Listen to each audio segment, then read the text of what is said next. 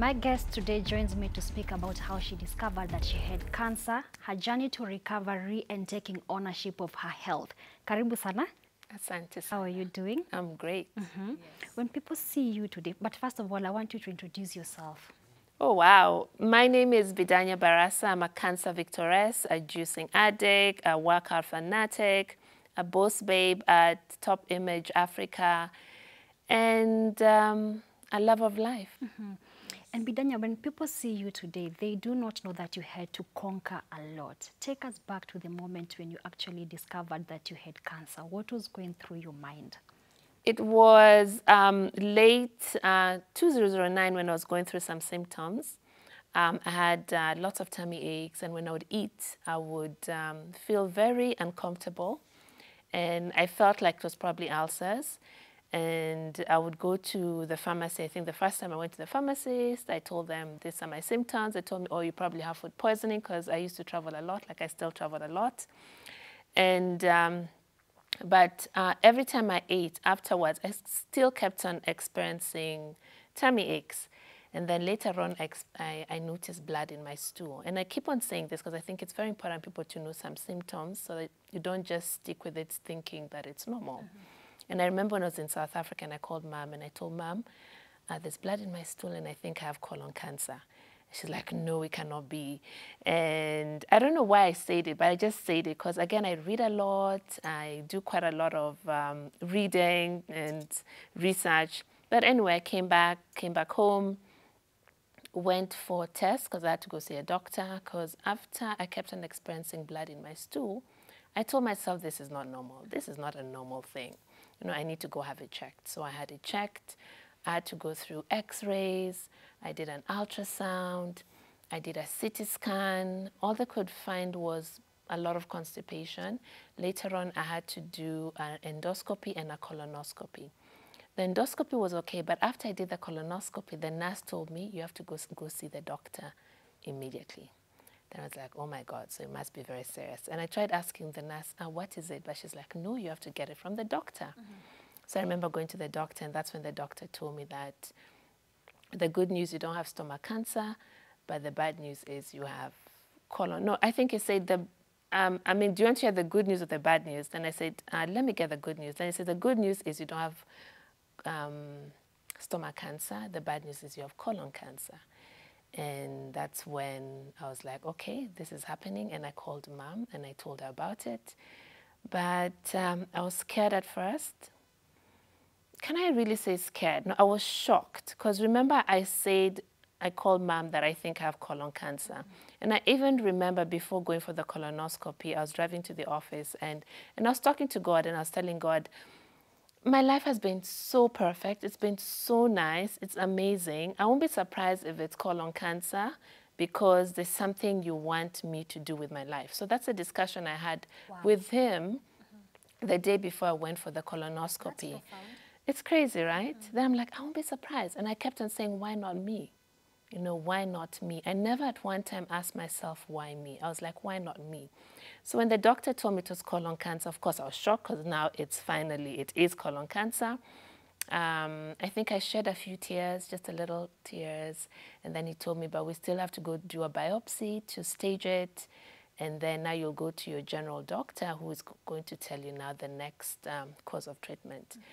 And I came home. Mom had traveled. She took a flight back straight from Mombasa. And I was staying here at that time.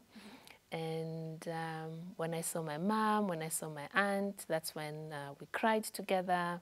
But even before I saw my mom and my aunt, already I was in Google, is saying, okay, now what needs to be done? Okay, I have colon cancer. What are the next steps? Was it not scary for you? Because I know with Google, when you start doing your own research, it can be scary. Even before I went for my colonoscopy, already I'd done a lot of research on Google, and that said it's either colon cancer or it's polyps. No, not polyps, or it's Crohn's disease. And those were the two things that brought up that it could be colon cancer because of the blood in the stool, or it could be Crohn's, or it could be, I can't remember the other thing. So already in my mind, it was playing in there that it could be, it had to be one of them, yes. So yeah, so that's how how it was. I know you had to make several adjustments and work on your recovery journey and the healing. How was it like for you and your family? I think for my mom, it was tough, the recovery journey. And for me, what happened is after my surgery, because I did have a sit down with my doctor, a very lovely doctor. He gave me all the time because I had all the questions. Remember, I was reading a lot about this and how the treatment is. So he sat me down and I asked him so many questions. He told me, yes, you have to do surgery. We'll remove 4 inches of your colon. Then it's like, we can't do a laparoscopy. Okay, I'm not a doctor. But he said, we have to do open surgery so we can look at the liver to make sure there's nothing in the liver. It's all clean. Then I told him it's okay. So 2 months, I was on recovery. So 2 weeks at the hospital after my surgery, which was very successful. The lymph nodes were clean. So for sure it was stage 2. I'm lucky it hadn't gone to stage 3 or stage 4 because that would have been a different story. And then after the 2 weeks in hospital, of course, I had to have 2 months recovery at home to make sure the wound heals. But during that time, of course, I had a visit with my oncologist who told me that I have to go through chemotherapy. And that is what really hit me hard. And that's when I really realized that it's actually cancer and I'm going through chemotherapy. Because, when we hear about chemotherapy, especially when we've been watching movies, anyone that goes through chemotherapy was dying at the end of the day, or they were looking very miserable, very frail. And for me, that was not my portion. And I even told God that, okay, if I have to go through chemotherapy, let's have a pact. My hair won't fall off. I won't be sick. I'll still travel. I'll still go out dancing with my friends. I called it the little C because I told myself and I told God, with you supporting me in this together, I'm not going to allow little C to change my life or to impact my life whatsoever. So that's a pact I had with him.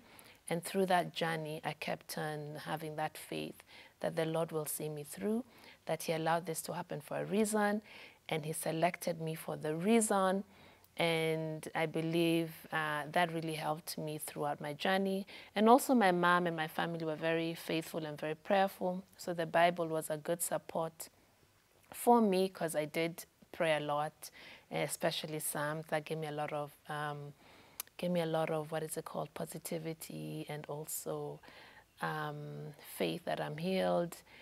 And with me being strong, I think I also supported my family by being strong, because at never one time during my chemotherapy did I cry, did I go through the stages of denial. I mean, they say there's depression, denial, anger. Before you get to acceptance. Yes. I was straight up acceptance. We have to deal with this. I have to go through chemo, 12 sessions, 8 months. It will be over. It's just a journey I have to go through, but it's not the end of everything. So I knew for sure it was going to be temporary. Even when I was talking to God, I'm like, okay, this is just temporary. You allowed this to happen for a reason. I'll get through it, and I'll strive and thrive later on. So I think, I can't tell you. I'm not telling you. I'm just curious, but that was 13 I'm years just ago. looking at your thought process. Yes, then. yes. I want to assume you were a bit young. Yes. Like, for such a person at that age, for you to go through the acceptance, for you to be positive when you're going through these challenges, like, must be impressive for you. I think I keep on saying I didn't know I was that strong until I got colon cancer. And it really showed me that mentally I'm a very strong woman. And I think I got it from my mom and maybe from my ancestors and also from God. But it really did bring me to the point that I'm actually a very strong woman. Because never at one time did I start crying that, oh, why am I going through this? You know, I have a scar here on my belly. I have one here that I'm now accepting it. Before I'd put my hair and I cover it up, but now I'm accepting it because, you know, it's called the battle scars of a war that was won. So I don't know, I think it's just the strength of the Lord that gave me that spirit. And today you've taken ownership over your health. Yes. You are a fitness junkie, let me use that one. Yes. You also juice a lot. Yes. When did you decide that I want to take control over my health? Before I went for, is it before or after? I think during my chemotherapy, I decided it's time. I need to find out why I got cancer. And even after my chemotherapy, I said I had to do it for 8 months, 12 sessions. It's the worst thing ever anyone, I would never want my enemy to go through that, because you fall sick and you know how you're going to fall sick. You can't move, you can't eat, you can't drink. For 3 days, you're literally in bed doing nothing. And after I finished my chemotherapy and I had a meeting with my oncologist and also my doctors, and they gave me a clean bill of health, they were like, bye, all the best. You're okay. You're good. You're healed. No one ever came and told me that, oh, we need to sit down with a nutritionist. We need to discuss why we got cancer. There was nothing about that. And then that's when I decided I need to find out, what did I do that what can I say, that allowed, not allowed, you know, they always say that we have cancer running through our body, but it's just one time that it does grow, you know, it does spread. So I needed to find out, why did I get cancer? What were my life choices at that time? What do I need to do? And I came across a guy called Chris, and he healed his cancer through juicing, and he did not do chemo, he just did surgery. And he's also one person that talks a lot about natural healing, herbs, vegetables, clean eating, raw foods, supplements. And through that, I was like, you know what? I can live a healthy lifestyle, because at the end of the day, I don't want this cancer coming back. I know it's not coming back because I'm healed by the stripes of Jesus. But by Jesus' stripes, I'm healed. But I was like, I still need to take control of my life, because cancer, most of it, it's 95% lifestyle, where 5% is only, it's genetics. So I knew for sure there is power in your lifestyle. There's a power in how you live your life, both mentally, spiritually, and physically. And I knew I had to make some changes. So how has it been for you so far? Amazing. I love juicing. Juicing has amazing benefits, cancer healing properties that people don't understand. Most people tell me I'm wasting, some people tell me I'm wasting the pulp from juicing. Some think it's expensive. The ones who tell me I'm wasting it, I feel like boxing them, and I'm not violent. But during that time, it really gets to me, because I'm like, you don't know the benefits of juicing. You don't know about the healing power of both fruits and vegetables, because it goes straight into your bloodstream. It's like medicine to the body. That's why juicing has so much power. And I believe that's what has kept me both ageless, glowing skin, and I'm joking, let me move on. But also, thank you. and so juicing is something that I love doing. It's amazing, and it's very flexible, because you can juice whatever you want, you know, depending on your taste, and you take it first thing in the morning. And even my family is juicing, and they know the difference. My sister was here at the back. When she visited me from Canada, and I had to force them to juice, they started juicing, and she'll be like, oh my God, it's amazing. My feet don't swell anymore. The skin glows.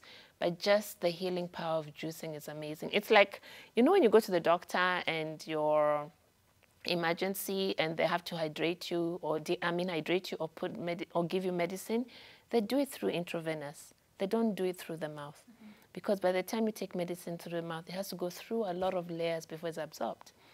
And you and your mother run a family business, Yes, yeah, for quite a long time now. How has it been for you? Amazing.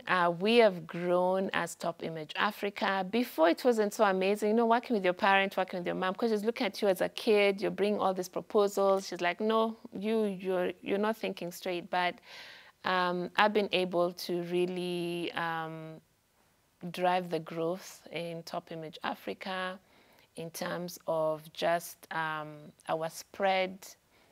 We have 3 offices in Kenya. We're in 12 African countries, both South Africa, Nigeria, and Cameroon. I've forgotten other places, Madagascar. But running a family business is interesting. It has its goods and bads. The good is it gives you flexibility. I mean, you're a family growing together. It's whereby you believe you're building together for future. So it's always very nice. The negative, some of them is you can't stop talking about work. 12 midnight, you can still be talking about work. You go for holidays or trips or a Sunday, you're still talking about work. But it's actually, it's amazing just running the business. I've pushed Mom to be on semi-retirement. She doesn't like it, but hey, it happens. But it's lovely working together, and she has so much wisdom. And this has been her baby, so I believe she loves it, me taking over. Although at one time she didn't like it because she was like, clients are not calling me anymore, they're just calling you. So she was catching feelings, but now she's a bit chill, she's okay. That's actually a compliment. Yeah. And having worked with your mom, what's your biggest lesson? Like, what's that one thing that you actually picked from her? What I learned from her is, from my mom, is ask for help. If you don't know how to do it, ask. And she's very good at networking. So she has very many people network. So she'll call them. You know, she'll be given an assignment. She'll say yes, but she'll call and say, hey, by the way, I don't know how to do this. How can you do it? So I've seen her being a very strong woman, but she's able to say, I don't know how to do this. I don't know everything, but let me ask for help. Let me ask for advice. So that is something I learned from her. Because before, I didn't know how to delegate. I didn't know how to say, I can't do that. I would be like, I can do it. And I'll try all kinds of things to do it. But from that, I learned that from her. And as we wind up, for those people who are watching this episode and they want to take charge over their health, what are the tips? To take charge over their health. Tip number 1, start working out. Be active. Movement, honestly, it's the number 1 longevity. It can be walking for 30 minutes. It can be skipping for 10 minutes. Although they say 30 to 1 hour is the best. But do something you love. Like I love weightlifting. Maybe it's swimming. Maybe it's dancing. But get to a routine that you move at least 4 times a week. It's very, very important. It really shows. It will reduce your stress. It will... I mean, it just makes you a happier person and you live longer because everyone wants to live long, right? The other things is balance life. You know, you'll be told too many things are bad and these are good, but I always believe that it's what you do 80% of the time that matters. So those 80% of the time, eat clean, you know, less fat, less sugar, more water, reduce on your milk intake, you know, and less, I think fried foods, you know, eat clean, less red meat. But that's 80% of the time. But most important, movement, get a routine, get something to keep you active, eat clean 80% of the time. Try to sleep. Sleep is important for you, at least 8 hours. People think they can live with 4 hours of sleep, but no, it will catch up with you. So try to intentionally sleep. Be a happy person. Find out what makes you happy. You know, those pockets of happiness, find them and do them. The other one, love yourself.